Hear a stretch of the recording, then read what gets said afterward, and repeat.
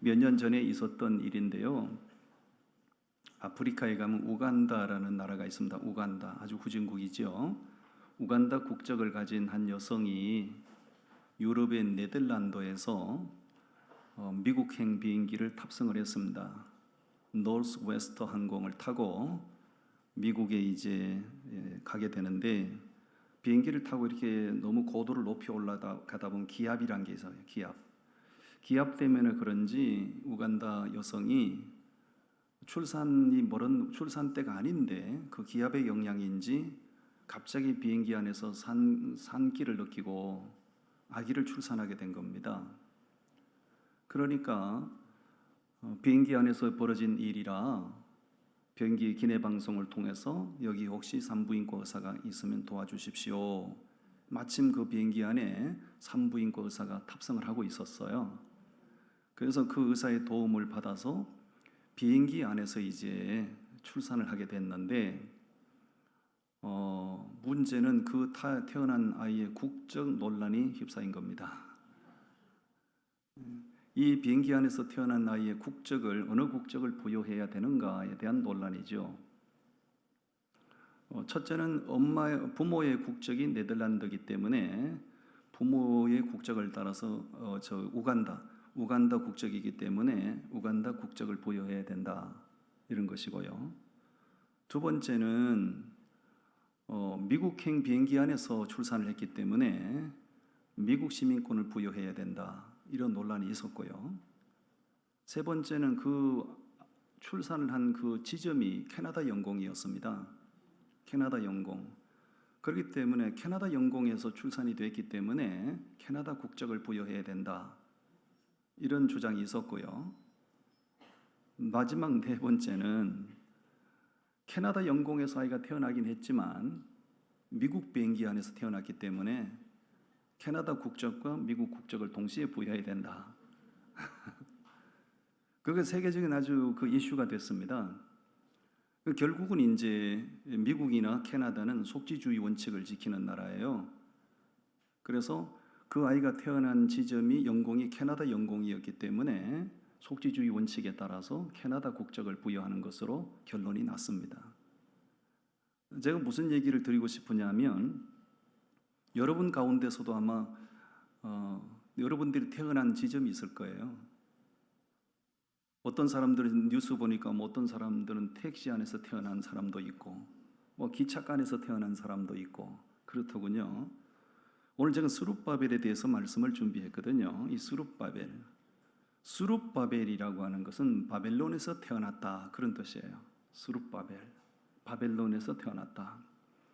그가 유대인인데 왜 바벨론에서 태어나야만 했을까요? 그의 할아버지 때에 모든 유다 백성들이 바벨론 군대의 침략을 받아서 모든 유다 백성들이 바벨론에 다 포로로 끌려간 적이 있었죠. 그 할아버지 때에 바벨론의 포로로 끌려가서 자기 부모님을 통해서 거기서 태어난 겁니다. 그러니까 스룹바벨, 너는 바벨론에서 태어났다. 그런데 바벨론에서 태어났지만 그는 유대인으로서의 정체성을 한 번도 혼동하거나 흔들린 적이 없었어요. 왜냐하면 그 땅에 포로로 끌려온 자기 할아버지 때에 철저하게 신앙 교육을 시킨 겁니다. 너는 이 땅에 끌려와서 이 땅에 살고 있지만 너의 정체성은 히브리인이다. 너는 유대인이다. 그 할아버지가 그 부모를 그렇게 신앙 교육을 시켰고, 그 부모가 그 땅에서 태어난 자녀인 스룹바벨에게 그렇게 신앙의 정체성을 훈련을 시킨 거야. 너는 여기 바벨론에서 태어나서 살고 있지만 너의 정체성은 히브리인이고 유대인이야. 그러므로 이 스룹바벨은 바벨론에서 태어나서 자라긴 했지만 그의 안에는 나는 히브리인이고 나는 하나님을 섬기는 유대인으로서 정체성이 확실했던 거예요. 아멘.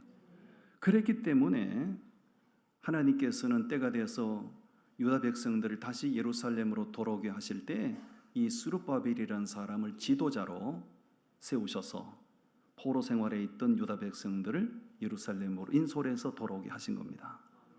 아멘. 바벨론의 포로로 끌려갈 때도 세 차례 나뉘어서 끌려갔습니다. 1차, 2차, 3차. 포로에서 예루살렘으로 돌아올 때도 3번 나누어서 3차례로 돌아왔어요. 1차, 2차, 3차. 그때 포로 생활에서 돌아올 때 하나님은 지도자가 필요하잖아요. 인솔자가 필요하잖아요. 그 인솔자 역할은 대단히 중요합니다. 아무나 인솔자로 세울 수는 없는 거예요. 하나님께서 이 스룹바벨을 딱 세우셔서 히브리 백성을 예루살렘으로 리더해 갈 수 있도록 민족 지도자로 쓰신 거예요. 그것은 부모로부터 훈련된 신앙이 있었기 때문에 하나님이 그를 그렇게 귀한 인물로 쓰신 줄로 믿습니다. 네, 오늘 제가 스룹바벨의 신앙과 인생을 묵상하면서 가슴에 울리는 감동이 참 많았어요. 함께 나눌 때 제 안에 느꼈던 그런 은혜와 감동이 여러분에게도 있어지기를 바랍니다. 첫 번째 주제 띄워드리겠습니다. 첫 번째 주제, 무슨 기쁨을 누린 사람이라고요? 그렇습니다. 회복의 기쁨을 누린 사람. 여러분, 회복은 대단히 기쁜 거예요. 자, 말씀 좀 보겠습니다. 2절 말씀, 3절 말씀인데요. 2절 말씀 다 같이 읽어요. 시작. 바사왕 고레스는 말하노니 하늘의 하나님 여호와께서 세상 모든 나라를 내게 주셨고 나에게 명령하사 유다 예루살렘에 성전을 건축하라 하셨나니. 3절. 이스라엘의 하나님은 참 신이시라. 너희 중에 그의 백성 된 자는 다 유다 예루살렘으로 올라가서 이스라엘의 하나님 여호와의 성전을 건축하라. 그는 예루살렘에 계신 하나님이시니라. 아멘. 이 1절 2절에 보면 바사왕이라고 표기가 되어 있는데요. 우리말 성경에는 바사왕이라고 되어 있는데 바사는 페르시아를 가리키는 겁니다. 페르시아 왕, 그 당시에 왕이 누구냐면 고레스 왕이었어요. 대단히 위대한 왕이었어요. 어찌된 일인지 이 페르시아 왕 고레스의 마음을 하나님께서 감동을 시키셔서 모든 페르시아 제국에 있는 포로로 잡혀왔던 페르시아 제국에 여기저기 흩어져 살고 있는 모든 유다 백성들에게 너희 나라로 돌아가도 좋다 해방을 선언한 거예요. 아멘 안 하실래요? 이게 참 희한한 일입니다. 그러면 그 당시에 바사왕 고레스가 하나님을 믿는 사람이었나? 그렇지 않죠. 하나님을 믿는 사람이 아니었습니다. 이 사람은 하나님을 알지도 못하는 사람이에요. 그런데 어찌된 일인지 하나님께서 그 페르시아 제국의 고레스 왕의 마음을 감동을 시키셔서 칙령을 발표하게 만들었어요. 그 칙령의 내용이 뭐냐면 이제 페르시아 제국에 흩어져 살고 있는 모든 유다 백성은 너희 나라로 돌아가도 좋다. 예루살렘으로 돌아가라. 할렐루야. 감동이죠. 감동. 이게 주전 450년경에 있었던 사건인데요. 유다 백성들이 바벨론의 포로로 끌려간 지 70년 만에 있었던 일입니다. 70년 만에. 그 70년 만에 바벨론 땅에서 고통받는 삶을 살면서 하나님, 우리 언제 다시 주권이 회복되어서 예루살렘으로 돌아갈 수 있을까요? 눈물로 기도했지만은 자신들에게 꿈 같은 이런 날이 올 줄은 정말 상상을 못했는데 어느 날 갑자기 하나님께서 고레스 왕의 마음을 하나님이 감동시켜서 마치 꿈을 꾸는 것 같은 이런 꿈 같은 일이 그들에게 현실로 일어난 겁니다. 아멘. 여기서 저는 하나님이 어떻게 도대체 무엇을 귀하게 보셨기에 이 꿈 같은 이런 일이 일어나게 하셨나? 에스라서 그 뒤에 느헤미야서 쭉 말씀을 묵상해 보니 그래서 그랬군요 하는 것이 있더군요. 그것이 뭐냐 하면 철저한 회개 역사였어요. 예루살렘에 살고 있을 때 하나님 엉망진창으로 섬겼거든요. 하나님의 속을 있는 대로 다 뒤집었거든요. 왜냐하면 하나님 보란듯이 우상 숭배했잖아요. 하나님의 제단이 있는 곳에 우상의 제단을 만들어 놓고 이제 이게 우리의 신이라고 막 섬겼잖아요. 하나님께서 그들을 자기 백성 삼으시고 율법을 부여하셨는데 율법을 완전히 조롱했잖아요. 그러다가 하나님께서 이 백성은 안 되겠다 싶으니까 바벨론 군대를 막대기로 들어 서셔서 유다 나라를 침략하게 만들었고, 쓸만한 백성들은 전부 다 바벨론의 포로로 끌려갔던 거예요. 막상 끌려가서 보니 신앙의 자유가 없어요. 찬양을 할 수가 없어요. 예배할 수 없어요. 율법이 없어요. 너무나 가슴이 답답한 거지요. 그래서 70년 바벨론 포로 생활 가운데 날이면 날마다 눈물을 흘려야 했고, 날이면 날마다 지은 죄를 회개해야 했고, 하나님, 우리가 그때가 좋은 줄 몰랐군요. 그때 우리에게 하나님이 신앙의 자유를 주셨는데 그 귀한 걸 몰랐군요. 그때 하나님께서 우리 조상 모세를 통하여 율법을 주셨건만 우리가 율법을 귀한 줄 몰랐군요. 여기 끌려와서 자유를 잃어버리고 나니 그것이 얼마나 소중한지 이제 깨달았습니다. 날이면 날마다 회개했어요. 철저하게 회개를 쏟아냈어요. 그 고난의 세월을 통하여 그들은 그동안에 지은 모든 죄를 회개했더니 그 회개하는 그들을 불쌍히 여기시고 하나님께서 어느 날 전혀 하나님을 알지도 못하는 대페르시아 제국의 고레스 왕의 마음을 감동시켜 자유를 선포한 거예요. 저는 여기서 놀라운 사실을 깨달았어요. 회복이라고 하는 것은 어떤 회복인데 회복은 다 좋은 거예요. 그런데 회복을 경험하기 위해서 우리가 반드시 전제되어야 될 게 있어요. 내가 간절히 바라는 그 회복이 나의 기쁨이 되고 나의 현실이 되기 위해서는 하나님이 간절히 원하시는 게 있어요. 그게 뭐냐면 하나님과 나 사이를 단절시키는 죄, 허물, 이런 것들을 다 토설해야 됩니다. 쏟아놓으셔야 됩니다. 내가 회복을 간절히 바라지만 하나님의 마음을 불편하게 하는 그 죄가 내 안에 또아리를 틀고 나를 사로잡고 있는 이상은 내가 바라는 회복을 경험할 수가 없습니다. 여러분, 회복을 경험하고 싶으신가요? 그렇다면 여러분 내면을 돌아보시고 살펴보시고 하나님의 마음을 아프게 한 것, 하나님의 속을 뒤집을 만한 그런 못된 죄악들, 이런 것들을 철저히 다 쏟아놓고 회개하셔야 됩니다. 철저한 회개는 믿음을 회복시키고, 믿음이 회복되면 모든 삶의 환경이 다 회복되는 줄로 믿습니다. 회복이 얼마나 좋은 것인지 우리는 코로나 시국을 통해서 철저히 경험했어요. 이 마스크 한 장 씌우고 안 씌우는 것이 별 차이가 없는 줄 알지만 얼마나 답답했습니까? 이제는 코로나 엔데믹을 하게 되고 이제는 마스크를 다 벗어 젖히게 되고 일상의 회복이 우리에게 주어졌으니 얼마나 감사한지 모르겠어요.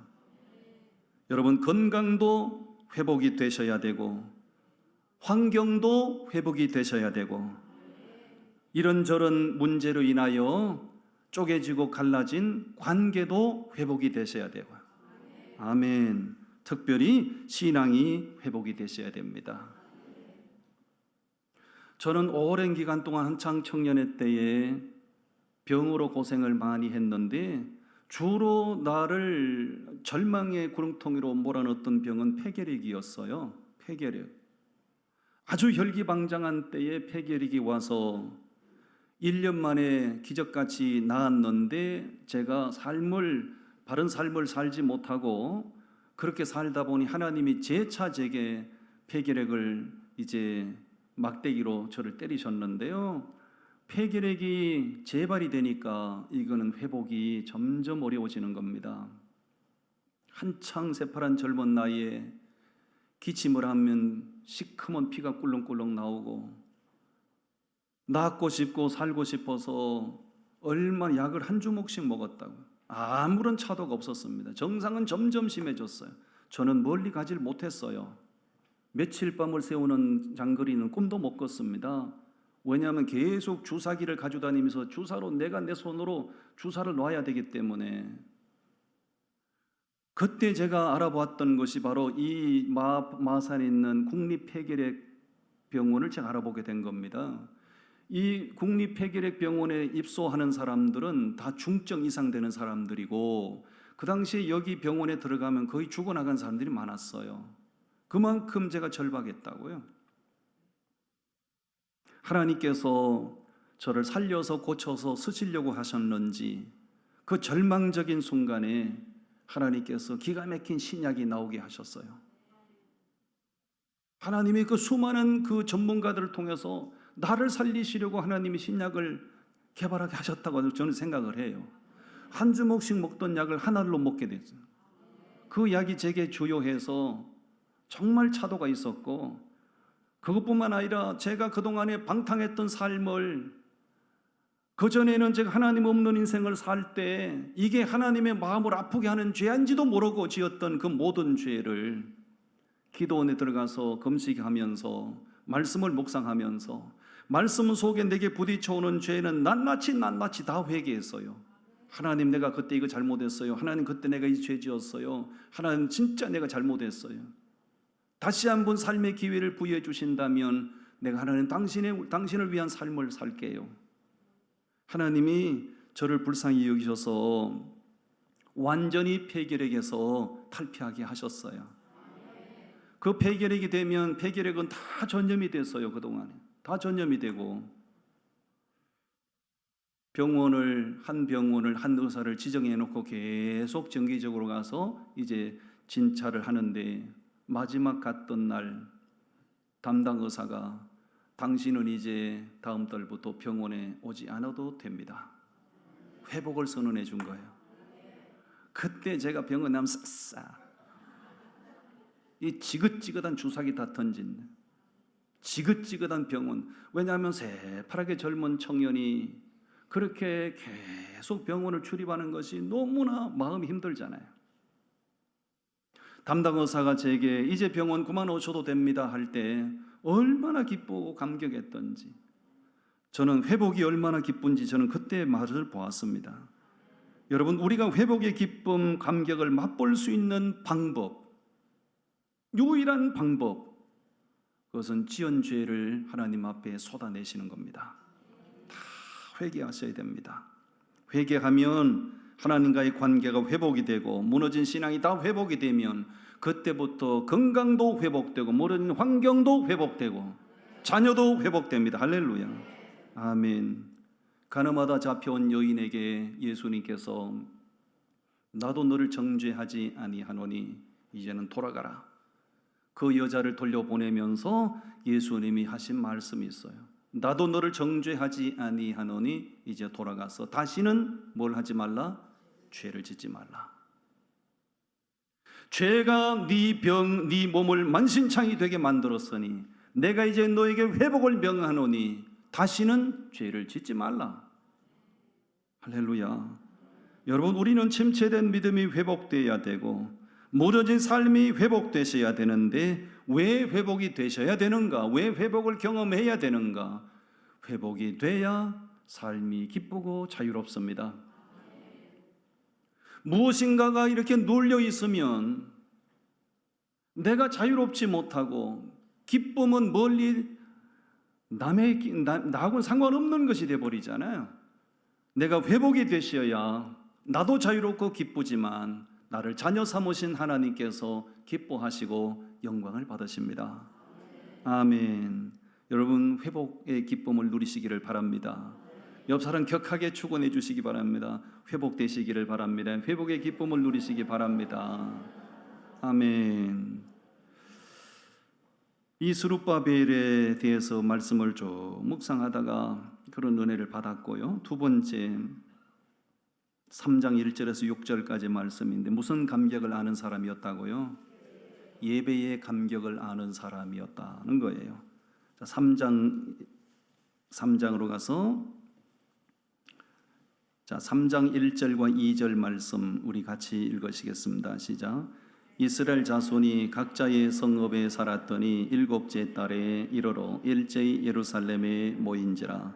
요사닥의 아들 예수아와 그의 형제 제사장들과 스알디엘의 아들 스룹바벨과 그의 형제들이 다 일어나 이스라엘 하나님의 제단을 만들고 하나님의 사람 모세의 율법에 기록한 대로 번제를 그 위에서 드리려 할세. 자, 2절 중반절에 보니 다 일어나 이스라엘 하나님의 뭘 만들어요? 제단을 만들어요. 제단은 뭐 하는 곳인가요? 번제 드리는 곳이죠. 우리로 말하면 예배 드리는 거예요.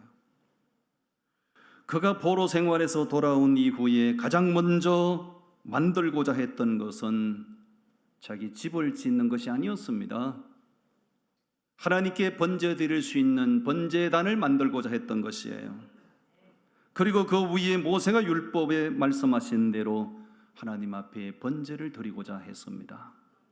왜 그걸 그렇게 번제단을 만들려고 했을까요? 처절한 포로 생활을 통하여 하나님께 번제 드리고 사는 것이 얼마나 귀한 축복인지를 깨달았거든요. 바벨론의 포로로 끌려가 보니 정치적인 자유도 없을 뿐만 아니라 신앙의 자유는 다 박탈이에요. 번제 드릴 수 있는 자유가 어디 있습니까? 번제 드릴 수 있는 제단이 어디 있습니까? 포로로 끌려와 보니 우리가 예루살렘에서 자유롭게 성전 출입할 때가 좋았구나. 거기서 자유롭게 하나님 앞에 번제 드릴 때가 너무 좋았구나. 이 땅에서는 아무것도 할 수가 없다. 예루살렘에 돌아간다면, 하나님께서 우리의 주권을 회복시켜 다시 예루살렘에 돌려보내 주신다면, 우리가 그전에 잘못됐던 거, 그전에 제대로 하나님 섬기지 못했던 거 철저히 회개하고 이제는 번제를 제대로 드리고 싶은 마음이 간절했던 것이죠. 그래서 돌아와서 그는 무너졌던 번제단을 다시 만들려고 했던 거예요. 감격으로 드리는 번제였어요. 눈물로 드리는 번제였어요. 포로 생활 70년 동안에 너무너무 간절하게 목이 마르도록 하나님 앞에 드리고 싶었던 번제, 예루살렘에 돌아와서 지금 그 감격을 누리는 거예요. 그전부터 그렇게 번제 감격을 알고 제대로 번제를 드렸더라면 얼마나 좋았을까요? 예루살렘에서 아무런 제재가 없을 때, 누구도 제재하는 이가 없을 때, 포로로 끌려가기 전에 이 번제의 귀함을 알고 번제의 감격을 알고 그렇게 번제를 드렸더라면 얼마나 좋았을까요? 포로로 끌려가서 보니 그때가 좋았군요. 번제 드릴 수 있는 자유를 박탈당하고 나니 그때 번제 드릴 때가 참 좋았군요. 가슴 깊이 깨닫는 거예요. 여러분, 좋은 것은 좋은 것을 좋은 줄로 아는 것이 은혜입니다.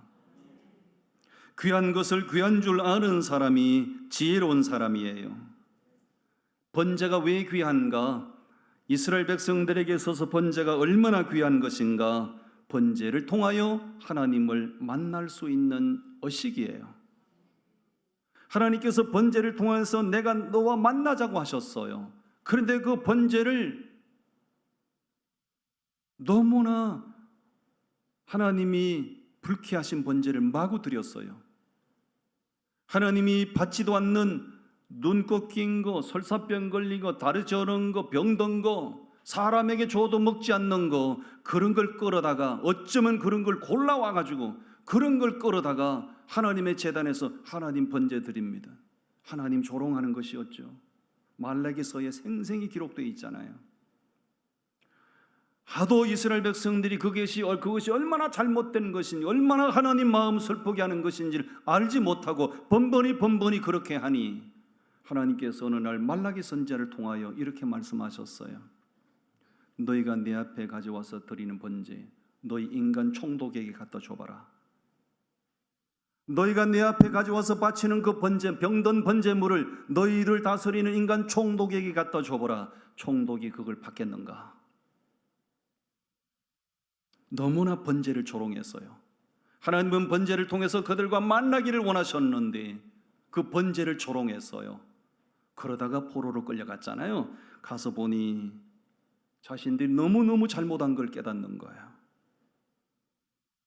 여러분, 그렇게 돌아와서 회파된 번제단을 만들고 거기에서 번제를 드릴 때 얼마나 감격, 말할 수 없는 감격으로 번제를 드리는 거예요.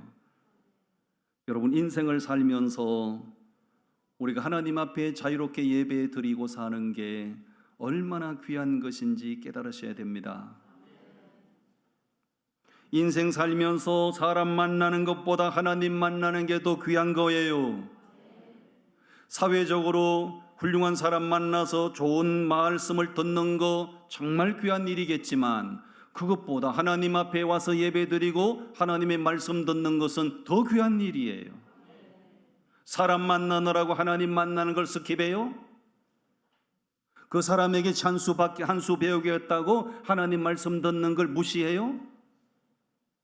있을 수 없는 일입니다. 사람 만나는 것보다 하나님 만나는 게 왜 더 귀한가요? 하나님은 천지와 만물을 창조하신 분이시고 우리의 모든 생사와 복을 임의로 주장하시는 분이시기에 그 하나님을 만나는 것이 사람 만나는 것보다 더 귀한 거예요. 어떤 훌륭한 사람을 여러분이 깊이 만나면 그 사람을 통해서 여러분에게 어떤 도움을 받을 수는 있을 거예요. 사회적으로 훌륭한 사람을 깊이 만나는 것보다 하나님을 더 깊이 만나시면 더 큰 유익이 있을 거예요. 아멘. 여러분, 하나님은 자주 만나셔야 됩니다. 하나님 규칙적으로 만나셔야 됩니다. 여러분들이 하나님의 자녀라면서 예배를 스킵해요. 하나님 은혜로 구원받았다면서 예배를 보이콧해요. 있을 수 없는 일입니다. 있을 수 없는 일이에요. 예배는 하나님 임재를 경험하는 거예요. 하나님 만날 수 있는 방법이에요. 하나님의 말씀을 듣는 소중한 시간이에요. 하나님은 예배하는 사람을 찾으신다고 했거든요. 예배를 통해서 내가 하나님을 만나고 하나님 임재를 경험할 수 있는 기회거든요. 그러므로 우리가 예배를 얼마만큼 귀하게 여겨야 되는가? 예배는 목숨을 걸 만큼 귀하게 여겨야 되는 거예요. 예배에 목숨을 걸라고요. 여러분의 자녀들이 예배를 안 드리고 세상 일에 치우쳐요. 그런데도 아무런 제재를 안 하십니까? 여러분의 자녀들이 너무 사랑스럽고 귀여워서 주일학교를 빠지고 학원에 가는 데 대하여 아무런 개념도 없으신가요? 그래도 된다고 생각하시나요? 그래도 되는 게 아닙니다. 예배는 어느 정도 귀하게 여겨야 되는가? 목숨을 걸 만큼 예배는 귀하게 여기셔야 되고 예배를 사모하셔야 됩니다. 사람이 목숨을 걸면 못할 일이 없어요. 예배는 한 번쯤은 안 해도 된다라고 생각하니까 예배를 스킵하고 보이콧하면서도 아무런 부담이 없는 거예요. 예배는 그러면 안 되는 겁니다. 왜? 영원히 지옥 갈 우리를 하나님 구원하여 천국 가게 해주셨기에 평생 하나님 앞에 우리는 예배 감격에 빠져 살아야 됩니다. 아멘. 예배를 감격하며 예배하세요. 왜 스룹바벨이 바벨론에서 돌아오자마자 제단을 만들려고 했을까요? 번제 드리는 것이 너무 귀한 줄 깨달았기 때문이에요. 예배에 목숨을 거십시오. 할렐루야.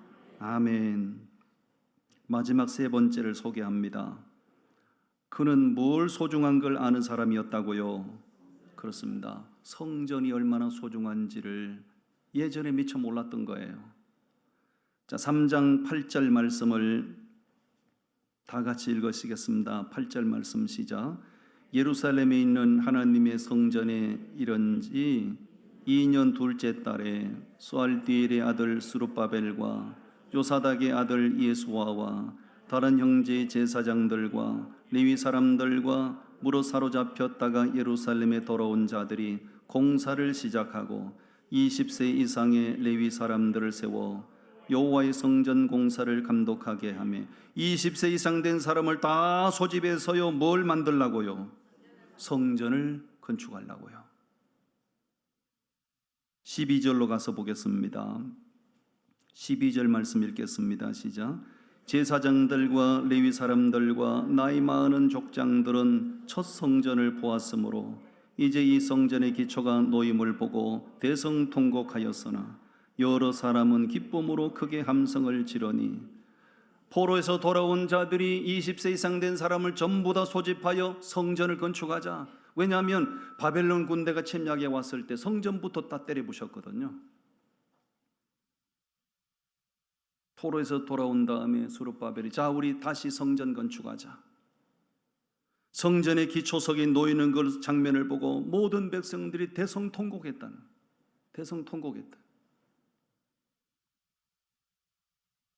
성전 기초석이 놓이는 걸 보고 왜 그렇게 대성통곡했을까요? 그들은 비참한 포로 생활을 통하여 예전에 미처 몰랐던 성전이 얼마나 귀한 줄 예전에 미처 몰랐던 거죠.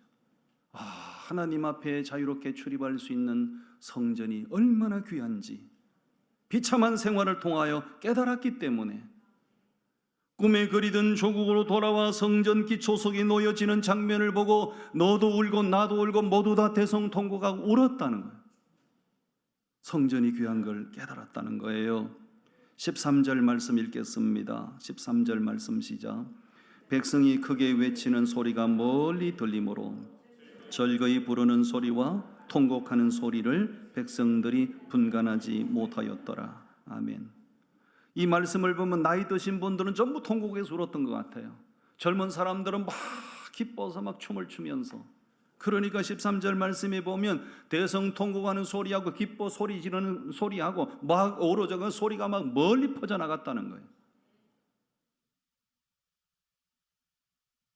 1장에서 우리가 봤는데요, 고레스 왕이 유다 백성들에게 칙령을 선포하면서 뭐라고 그 칙령의 내용 가운데 보면 너희가 예루살렘으로 돌아가서 성전을 건축하라는 내용을 포함시켰어요. 여러분 신기하잖아요. 아니 이방 나라 왕이, 하나님을 믿지도 않는 사람이 왜 그냥 너희 나라로 돌아가라고 하면 될 텐데 너희 나라로 돌아가서 성전을 건축하라고 그 칙령에 그 내용이 포함되어 있어요. 왜 그랬을까요? 페르시아 제국에 흩어져 있는 유다 백성들이 날이면 날마다 성전 맨날이면 날마다 하나님 성전 우리에게 성전이 필요합니다.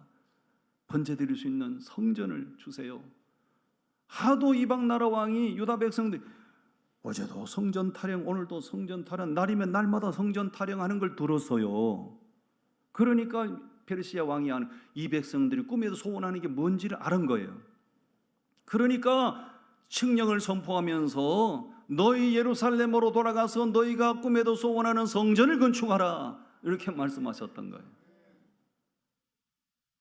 여러분, 번제 드릴 수 있는 성전이 있다는 것이 너무너무 소중한데 포로로 끌려가기 전에는 그걸 몰랐어요.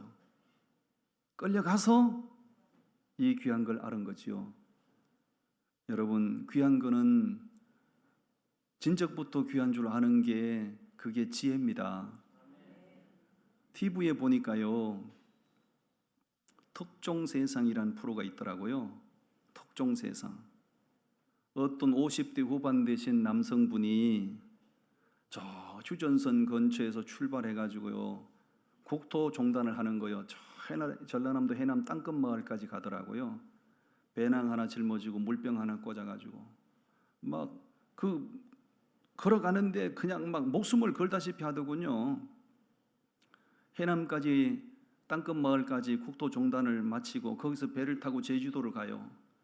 제주도 가서 바닷가에 배낭을 풀어놓고 바다를 망망대해 제주도 앞바다를 바라보고 통곡하며 우는 거요.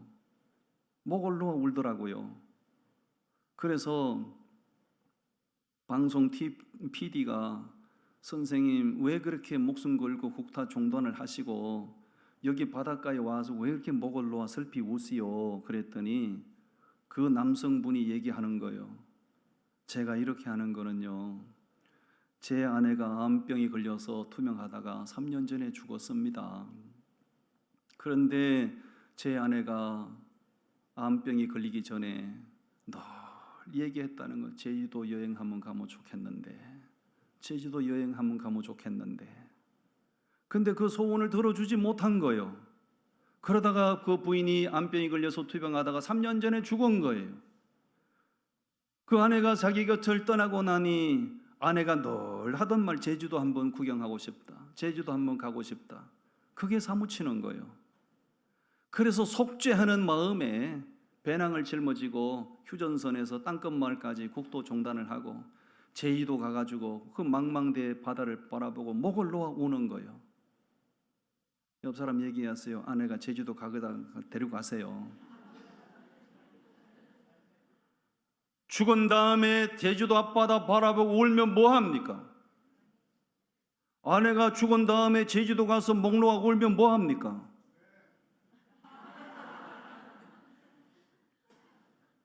아내가 멀쩡하게 건강하게 살아 내 옆에 있을 때 아내가 그렇게 하고 싶다는 거, 그거 들어주는 게 지혜로운 남편 아닙니까? 그 산 사람의 소원을 못 들어준 것이 너무나 가슴에 사무쳐서 아내가 자기 곁을 따고 나니 사무쳐서 속죄하는 마음으로 그 삼복더위에 국도 종단을 하고 제주도 앞바다 바라보고 그렇게 슬피 운다고 죽은 아내가 살아옵니까?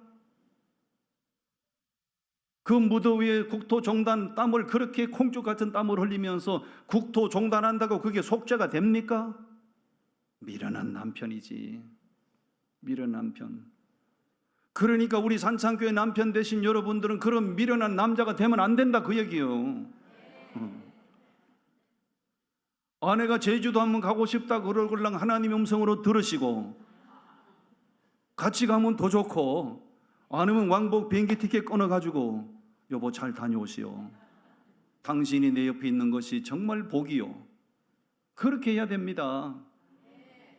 그까이 그 돈 그거 몇 푼 든다고 세상에 그 돈 몇 푼 아껴가지고 평생의 소원을 못 이뤄주고 아내 죽고 나니 가슴에 사무쳐 미련한 남편. 뭐든지 귀한 거는 있을 때 귀한 줄 아셔야 됩니다. 아멘. 이들이 성전이 얼마나 소중한지 진작 알았더라면 얼마나 좋아요. 예루살렘에서 자유롭게 성전 출입할 때 그때 성전이 귀한 줄 알았더라면 얼마나 좋아요. 바벨론의 포로로 끌려가서 죽도록 고생하고 그때서야 성전이 귀한 줄 알고 돌아오자마자 성전을 건축하는 거, 그 돌이 놓이는 걸 보고 통곡하고 우는 거예요. 제가 유대인 얘기를 가끔 잘하잖아요. 유대인들의 파워는 엄청나거든요. 미국 워싱턴 DC에서 유대인 행사가 개최가 됐는데 미국 현직 대통령을 포함해서 미국 상하 의원들 거의 다 대다수가 다 참석을 했어요. 이런 경우는 거의 없습니다. 왜냐하면 미국에서 유대인들의 숫자는 0.2%에 불과해요. 아주 소수 민족이에요. 미국이란 나라는 다민족 국가입니다. 그 작은 소수 민족이 어떤 행사를 하는데 현직 대통령, 상하 의원들이 다 참석한다? 있을 수 없는 일이죠. 그 유대인들의 파워를 말해주는 거예요. 다 참석을 했고요. 세계에서 가장 유명한 대학이 하버드 대학입니다. 하버드 대학의 유대인 학생 비율이 30%예요. 전 세계 학생 비율이 4.5%예요. 근데 유대인 학생이 지금 무려 30%가 넘어요. 유대인의 파워를 말해주는 거예요. 여러분, 전 세계적으로 제가 브랜드 세계적으로 유명한 브랜드 그 상표와 좀 띄워줘 보세요.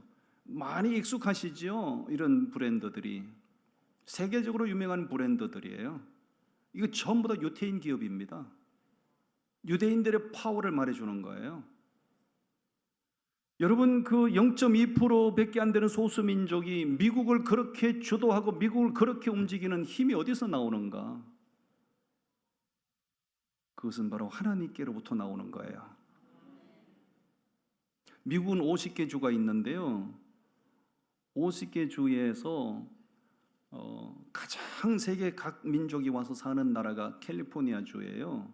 왜냐하면 캘리포니아 주가 가장 기후가 좋기 때문에 살고 있는데, 저희가 캘리포니아 주에 살았잖아요. 보면 이렇게 세계 각 민족이 와서 사는데 그 주된 그들이 하는 주 업종들이 있어요. 딱 구분이 됩니다. 베트남 사람들은 미국에 굉장히 많아요. 베트남 사람들은 미용샵, 그 다음에 네일샵, 거의 베트남 사람들이 다 장악을 하고 있어요. 중국 사람들이 주로 장악을 하고 있는 비즈니스는 뭐냐면 가구점, 그 다음에 식당, 그 다음에 인도 사람들은 주로 하는 업종이 뭐냐면 주유소, 그 다음에 전자. 주유소와 전자는 거의 인도 사람이 다 장악을 하고 있어요. 한국 사람들은 주로 무슨 업종에 종사하는가? 한국 사람들은 세탁소, 그 다음에 페인팅하고 다니는 사람은 거의 한국 사람들입니다. 세탁소 하는 사람 거의 한국 사람들입니다. 0.2%밖에 되지 않는 유대인들은 미국뿐만 아닙니다. 유대인들은 전 세계에 지금 흩어져 살고 있는데요. 유대인들은 어느 민족, 어떤 문명 가운데 살든지 간에 반드시 그들이 제일 먼저 중요하게 여기 세우는 게 있어요. 그게 뭐냐면 시나고게라고요. 회당을 세웁니다. 회당을 시나고게라고 해요. 시나고게를 딱 세우고 어느 민족 가운데 살고 있든지 간에 그 회당을 중심으로 모세 율법을 가르쳐요. 너희는 여기 와서 살고 있지만 너는 히브리인이야. 너희는 어느 시대를 살고 있더라도 너는 히브리인이야. 그렇게 철저하게 회당 중심으로 모세 율법으로 훈련을 시키기 때문에 그건 하나님과의 관계잖아요. 그렇기 때문에 그 유대인들의 파워가 거기서 나오는 거예요. 아멘입니까? 여러분, 교회가 여기저기 교회가 수없이 많지만 떠돌이 내 교회가 없어서 마치 이 집 가서 얻어먹고 저 집 가서 얻어먹는 것처럼 내 정해진 교회가 없어서 이 교회 가서 예배드리고 저 교회 가서 예배드리고 얼마나 비참합니까? 내 집이 있어서 때가 되면 내 집에 들어가서 발 뻗고 편안히 자는 것처럼 그게 얼마나 좋습니까? 내가 소속된 내 교회가 있어서 때마다 나와서 자유롭게 예배하고 살아가는 게 이게 얼마나 귀한 축복이에요. 스룹바벨을 묵상하면서 그는 성전이 얼마나 소중한지를 철저히 깨달은 사람이었다군요. 우리도 교회 귀한 줄 아시고 교회 사랑하시고 교회 중심의 삶을 사셔서 은혜와 복을 받으시기를 바랍니다. 기도하겠습니다. 하나님 아버지,